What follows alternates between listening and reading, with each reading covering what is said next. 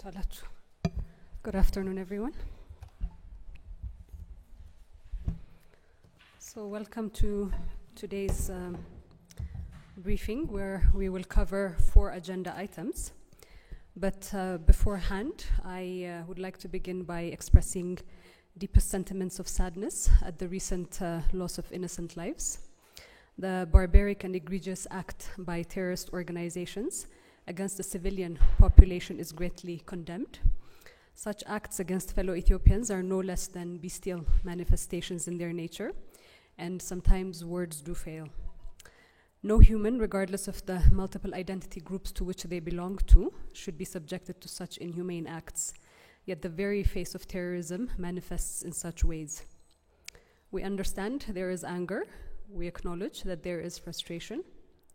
Yet anger has got dual features. It can be toxic and destructive. And on the other hand, anger can be a catalyst for productivity if channeled appropriately. Therefore, what Ethiopia needs in this moment as a country of 110 million is not to fall for the agenda of organized destructive forces. It requires a silent majority to actively demonstrate unity where Ethiopia's enemies are working actively for discord. It requires heated temperaments to cool down and calmly connect the dots of the greater operating context. And it requires examining the real culprits lurking in the shadows rather than shooting down those most visible and exposed. On this note, the first agenda item for today's briefing is therefore related to the current peace and security issues with the recent attacks by OLF Shane on innocent Ethiopians. The Ethiopian Federal Police is currently undertaking investigations for further details on what transpired and how it transpired. As we know, pockets of the Oromia region where OLF Shane is terrorizing civilians has been under heavy government-led operations in the past months. Particularly following last week's attack, Defense Forces reinforced a response operation against OLF Shane the very next day. While I defer to further details to be shared by the security sector in this regard, it's important to highlight that this is not an isolated incident. It has been purposely designed to foment deep divisions between ethnic Oromos and ethnic Amharas that in unity toppled a TPLF hegemony. It has been purposely designed and communicated in a manner to anger citizens in the Amhara region, while victims of the attacks comprise ethnic Amharas, it comprises ethnic Oromos, and also comprises ethnic Gumuz. It has also been purposely designed to anger citizens at a time where the country is leaning straighter towards its development endeavors. There is also undoubtedly a geopolitical underpinning to security threats within the country that are intensified through errand runners locally. The architects of ethnic strife, colluding with their foreign masters, know which strings to pull in the divisive fabric that they were weaving for the past 28 years. Hence, it is imperative to place all these incidents within the context of who thrives by creating instability in Ethiopia.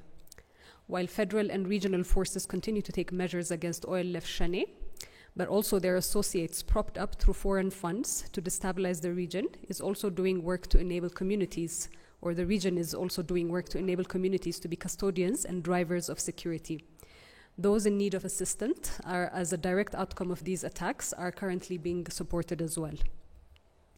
On this point, I also want you to take note that the National Security Council had set a direction 2 months ago to undertake various rule of law enforcement and terrorism countering measures, and therefore the security sector has been working in accordance. It is the unwavering unity of Ethiopians across the nation that overturned TPLF's ambitions, and it will be the unwavering unity of Ethiopians that will enable thwarting, destabilizing efforts by their associates. This is predicated on Ethiopians in the country and abroad seeing difficult situations for what they really are and pushing back in a united manner against the purposeful amplification of ethnic and religious divisions to weaken the nation. I want to emphasize here that the peace and security remains a key agenda and priority of the government.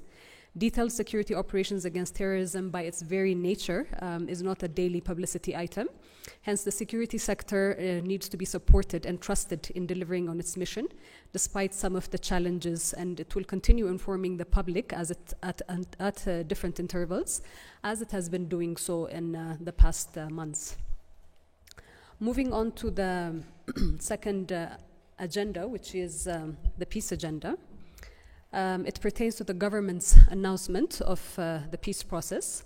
One of the agenda items that the Prosperity Party Executive and Central Committees had discussed in recent meetings pertains to the peaceful resolution of the conflict in the northern part of the country. It is not news that the federal government has been very consistent in promoting peace to any political contestations. The posture of the government prior to the start of the conflict has always been one of peace until it was provoked through the attack on the Northern Command of the National Defense Forces. Even though throughout the active combat period, the government has made numerous calls to the TPLF to lay down arms and avoid further bloodshed. So it is with this continued commitment to peace that the ruling party's executive committee had established another committee to explore the prospects of the peaceful resolution of the conflict. As one of the members of the committee, the Minister for Justice, Dr. Gideon, during his briefing on Monday, underlined factors and considerations behind the peace process, and I will quickly share with you some of these. So the first factor is that the Ethiopian government and Ethiopia have always preferred peace and have been forced into the conflict. This is a conflict that has been imposed on the government. The second factor is that peace is essential for our political and economic reform initiatives to succeed. The third factor is the government and Ethiopia would like to put an end to this tragic chapter in our history and move on forward. We aspire to move towards reconstruction, rehabilitation, and reconciliation of communities affected by the conflict. This is further enhancing the efforts that have already been begun in previous months. And also there is a need to avoid further bloodshed and end the suffering and misery occasioned by the conflict. And the fourth factor is that the government would like to foster national consensus through national dialogue. If you recall, in his briefing on Monday, Dr. Gideon had also laid out the principles that are to guide this peace process. The first principle, clear one, is the respect for the constitutional order of Ethiopia. The second one is our fundamental national interests need to be preserved. And then the third one is that the African Union, as the facilitator of the process, is highlighted in accordance with the principles that they will lead this process in accordance with the principles of African solutions to African problems. With that shared on the peace process, let me move on to the third agenda item, which is humanitarian assistance update. As it pertains to the humanitarian assistance being administered to affected communities, in Tigray, between June 18th, 2022 to June 21st, 2022, we've had 20,336 metric tons of food, 1,775 metric tons of non-food items, above or close to 159,000 liters of fuel, 57 million Ethiopian birr, 15.48 metric tons of medicine that have been dispatched to Mekelle on 488 trucks, of which so far only 283 have returned thus far. I recognize that earlier this morning, His Excellency Leggese Tullu, Minister for the Government Communication Agency, had provided a humanitarian update in his briefing, but it's also important to note that my update is contained within assistance provided in the past month. His was a little bit broader in the time frame. So when you're reporting, there may be discrepancies, numerical discrepancies in number, but this is considering the period that each of us have focused to share. So in the same period that I have shared with you earlier in Afar, for this about 1 month period, 1,798 metric tons of food and 742 non-food item kits have been delivered as humanitarian assistance. And in the Amhara region, 1,979 metric tons of food have also been delivered. In relation to humanitarian assistance, I think it's really critical to debunk the erroneous information about fuel being a case for the closure of Mekelle Airport. And to substantiate this, we had requested the type of aircraft that is being deployed by humanitarian partners for the Tigray operation. And I have data which confirms 3 types of aircrafts that are being utilized.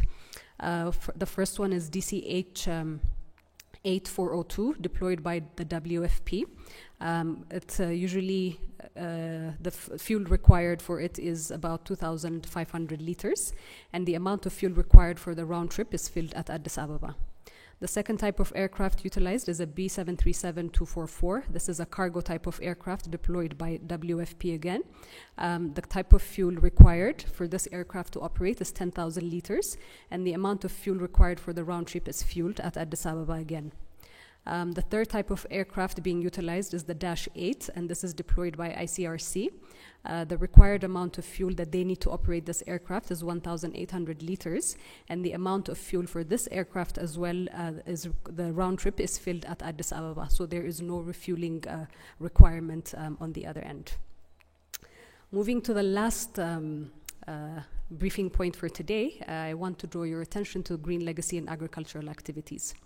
So as we know, climate change is an enormous global threat, and Ethiopia is highly affected with extreme land degradation, droughts, floods, biodiversity loss, and other factors as well. On June 21st, Prime Minister Abiy Ahmed, in the presence of federal and regional government officials, as well as the diplomatic corps, launched the 4th Green Legacy season. This marks the final of the 4-year national challenge to plant 20 billion seedlings in 4 years. So just a 4-year period, but it doesn't mean that Ethiopia is going to conclude the habit that it has been able, or the culture that it has developed over the past 4 years. In relation to this, there seems to be an erroneous perception that by promoting green legacy and agricultural endeavors, that the government is uninterested in addressing security challenges and mourning the loss of lives. Such perceptions are skewed and purposely misleading. As I had shared with you earlier already, peace and security continues to be a primary priority of the government, while destabilizing Ethiopia continues to be a primary priority of enemy forces working in an orchestrated and coordinated manner. Their ambition and intention is that Ethiopians are always in constant animosity and strife towards each other, and therefore will let development efforts slip away. But for Ethiopians, that is not an option. With a growing population, the government is also quite fixed and focused in ensuring development endeavors progress unhindered, and therefore Green Legacy is one of the many national development endeavors. One of the key successes of the Green Legacy initiative has been instrumental in mobilizing millions of people and creating public awareness, thereby leading to significant decline in the rate of deforestation over the past couple of years. So this is a huge cultural shift in how the population at large is viewing a green environment. Just to give you some data, the proliferation of more than 120,000 nursery sites throughout the country has enabled job creation for various sections of society.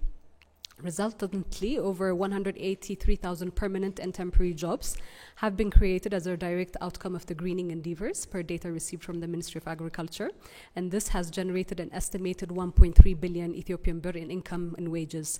So you can imagine the impact of these jobs on households at the household level throughout the country. In addition, an annually improving survival rate of around 80% is contributing to the creation of new forests. Of this year's seedlings prepared for planting, 52% account for agroforestry trees. Forestry trees, on the other hand, account for 47% of seedlings prepared, and the remaining are ornamental trees. So this data that I'm providing to you is to reiterate that Green Legacy need not be viewed simply as a mere tree planting exercise. It has to be understood in the context of what it means currently and for coming generations. Therefore, even the motto for this year, the 4th year and the conclusive year, has been entitled Planting Our Generational Legacy. The focus on high-value plants like avocado, papaya, and bamboo contributes towards economic gain and increased commercialization.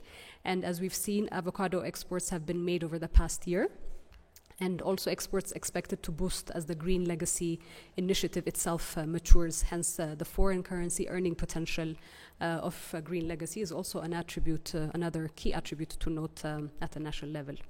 So we should all be cognizant that full efforts by all stakeholders in this rainy season will yield greater results towards national productivity endeavors, particularly with global supply chain disruptions and related increases in cost of basic commodities as well. So this is also in tandem with agriculture activities that are going to be amped up during this rainy season. In concluding, you would all recall that government efforts championed by Prime Minister Abiy Ahmed for wheat self-sufficiency began a couple of years ago. And it's the fruits of this labor that we are witnessing in wheat harvest successes as of recent, as wheat supply chains have been disrupted globally due to the Ukraine-Russia conflict. Hence, we should not discount these agricultural efforts that are being undertaken by the country, as well as the green legacy efforts. So with these briefing points for today, I will open it up to key issues that you have. Okay, so we'll start from here, and we'll go there. Let's wait for the microphone, please. The first one was, you talked about those who are fueling ethnic divisions in Ethiopia and their foreign masters. Can you tell us a bit, or be more specific, who are the foreign masters you're talking about, and what are the interests they have in fueling ethnic divisions in Ethiopia? My second question is about peace. You talked about the AU mediation and the AU-led negotiations. TPLF have already said that they want to stick to what they call a pre-existing agreement to have talks in Nairobi on the Uhuru Kenyatta lead. What do you have to say to that? First, can you confirm or deny there was a pre-existing agreement? Sorry, I didn't hear your last question. We start again, it's not clear. Sorry, the last question. Yep, it's on the EU peace process, yes.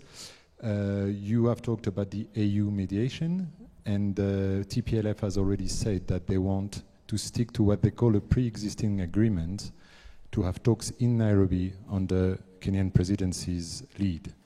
Can you confirm or deny there is a pre-existing agreement on that? And what does the government has to say about going and have negotiations in Kenya? Okay, thank you. Let me answer your questions the best I can before we proceed.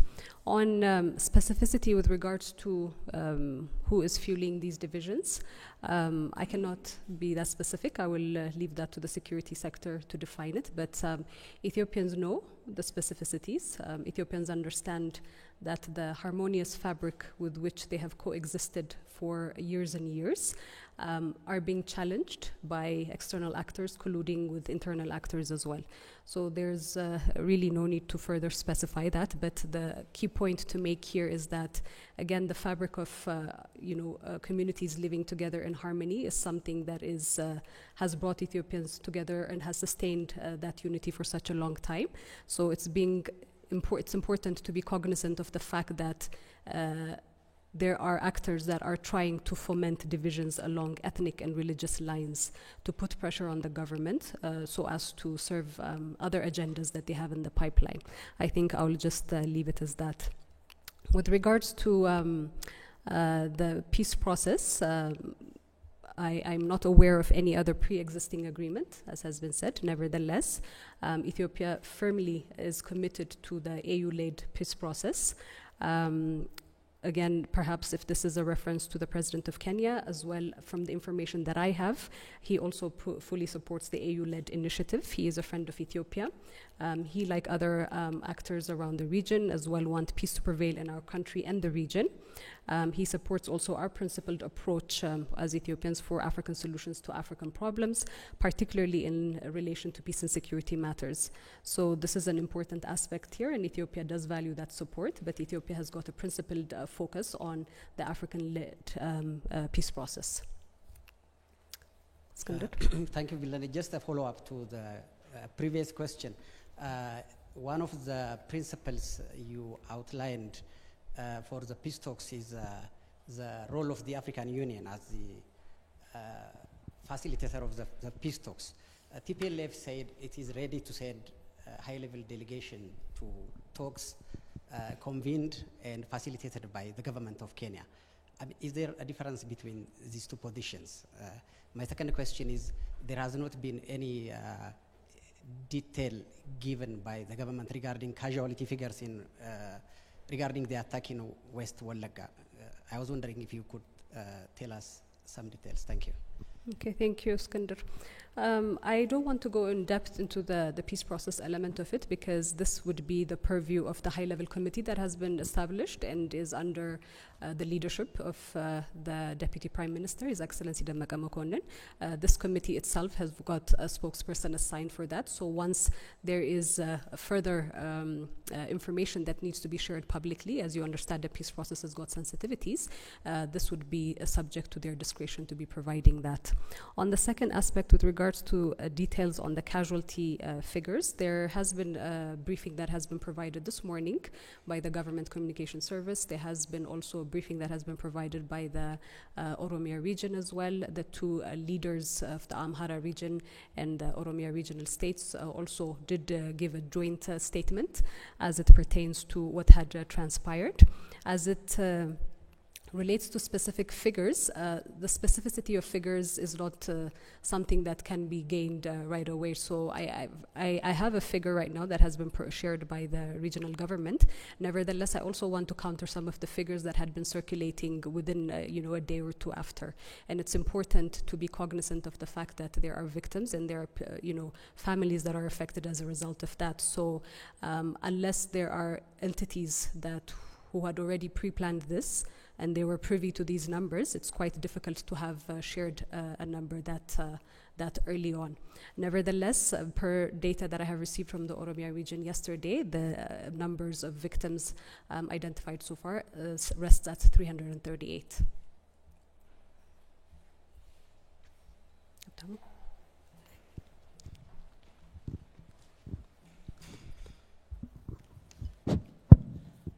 Thank you very much. My first question is going to be related to what Skander has raised. In the past few months, we have seen these repeated violent incidents in various areas, including in Oromia, in Benshangul, in Gambela, and they have been they are compounded with the government's efforts at what it calls a law enforcement operation. So the frequency of these incidents, don't you think they raise questions on the success of the operations, the frequency of these violent incidents? That's my first question. My second question is, we've been hearing reports of clashes along the Sudanese border. So what is the latest there, and are there any efforts to resolve the border disputes there in dialogue? Has there been any practical steps in recent times? Okay, thank you, Abtamo. On your first question with regard to repeated incidents, if you would recall, the incident a few weeks ago that these perpetrators had tried to implement in Gambela was foiled because, yes, there was attacks, but the magnitude to which they had an ambition in terms of creating chaos was foiled by the efforts of the security sector.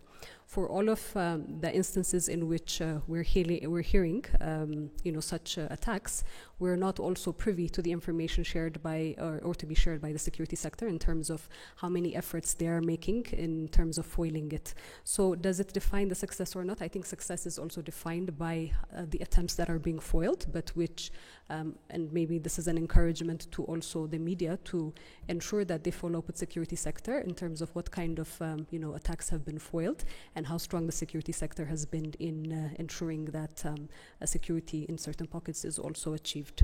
But the government cannot work alone to ensure peace and security. It requires the commitment and the consistent support of people. And it also entails abiding by the law itself. So when we're enforcing rule of law operations, there needs to be a support for rule of law operations that are being carried out throughout the country. And this support is really, really key to the success of these efforts. Last time I had shared with you some of the key success factors that had been,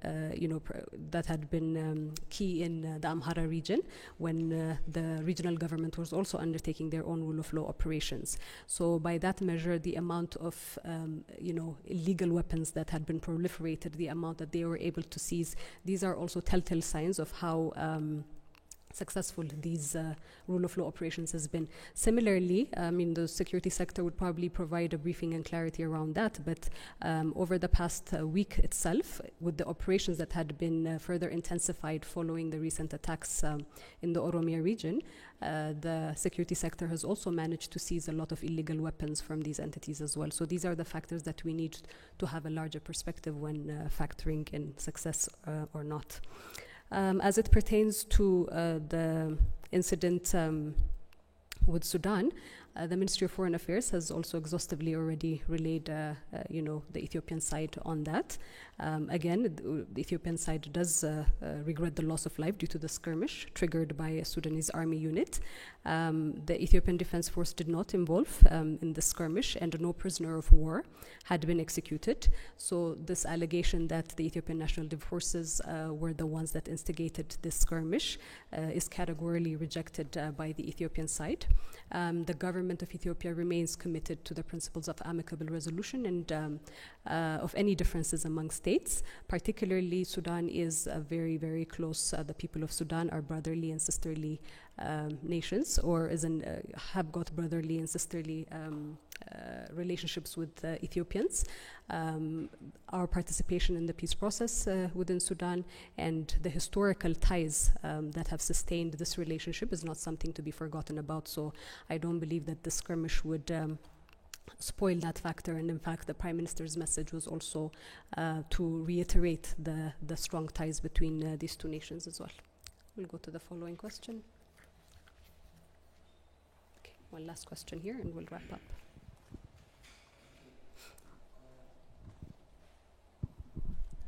Thank you. I have just one question. There has been efforts undertaking, in terms of relation between Eritrea and Ethiopia. There has been works in terms of trade, tourism, and transport, and but I doubt these things are not going as expected. Is there anything that you could tell me now? What's the present status of the two countries' relation, and especially TPLF has been blaming and labeling Eritrea along with the federal government during the conflict. Is there anything that you could tell us about that? Thank you. Okay, thank you for your question. Ethiopia maintains the posture of establishing and maintaining friendly relations with all of the neighbors throughout. Eritrea and Ethiopia have come a long way in terms of the peaceful resolution of 2 decades of conflict as well. So this relationship, I don't know what you mean in terms of is it up to your expectation, but it has its natural progression from a stalemate position to where we have been able to accomplish in terms of cordial relations with the country. So this is something that will be built upon and continue. If there's anything different or specific that you have with regards to that, I would believe that the Ministry of Foreign Affairs would be happy to provide that information. Okay. I believe there's no other questions for today, so we'll wrap up. Okay, one more question from Tabitha from Ethiopia. But what specific mechanisms will the government implement to pursue this peace and solve this impasse? Okay, so this is something that has been ongoing as well. There is a ministerial committee that has been looking through this at the Ministry of Foreign Affairs level. As I said, there are these skirmishes. These skirmishes have often found a good cordial way of being dealt with as well. So again, we defer to the Ministry of Foreign Affairs to provide you with specific information in terms of how they're planning on going about it. Thank you very much.